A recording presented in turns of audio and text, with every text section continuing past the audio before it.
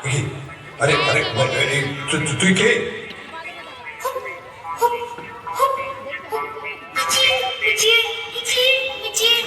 আমি দাশানু দাস বাঁদর।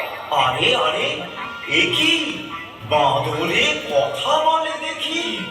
আজব ব্যাপার, আজব ব্যাপার। কোথায় রে তোর ঘর? জাদুকরের দেশে ছিলাম, এলাম দেখলাম আমায় কিনে এনেছে জীবন। জাদুকরের দেশে ছিলাম, এলাম দেখলাম আমায় কিনে এনেছে জীবন। বাঁদর বলে ডাকে সবাই, বাঁদর আমার নাম। একটি কানা করে শুধু এই জীবনের নাম। হ্যাঁ মহারাজ, বাঁদর ঠিক কথা বলেছে। রাজ্যের মাঠ ঘাট দোকানপাট খুঁজে কোথাও না পেয়ে শেষে জাদুকরের দেশে এক বণিকের কাছ থেকে এক কানাকড়ি দাম দিয়ে একে কিনে এনেছে। বেশ করেছেন, বেশ করেছেন। ওকে বড় রানীর কাছে আমি দিয়ে আসবো। কিন্তু মন্ত্রীমশাই, বলুন মহারাজ। মন্ত্রীমশাই, খুব আশ্চর্য লাগছে।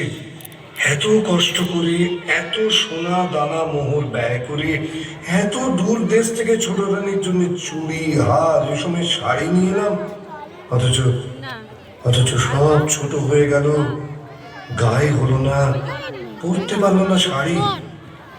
সত্যি এ আশ্চর্যের কথা। এমন কি করে হলো মহারাজ? এই, এই, এই, এই, কে আসছে, কে আসছে? হ্যাঁ? আমি হাসছি। তুই হাসছিস যে বড়। আপনার দুঃখ দেখে হাসি পাচ্ছে। এত কষ্ট করে দেশ বিদেশ ঘুরে গয়না শাড়ি সব আনলে, অথচ ছোট রানী পড়তে পারলেন না। তাই বড় দুঃখ হচ্ছে আর হাসি পাচ্ছে।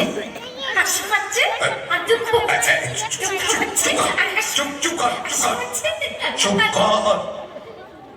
একটা কথা বলবো রাজামশাই? তুই আবার কি বলবি?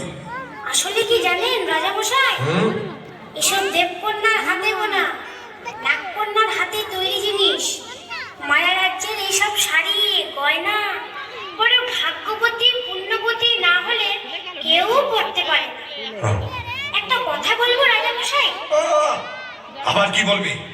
এইসব শাড়ি গয়না রাজভান্ডারে তুলে রাখুন। যাকে বউ করে ঘরে আনবেন তাকে পড়তে দেবেন। বউ?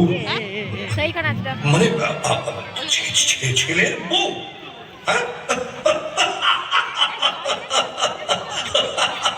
শুনেছেন মন্ত্রী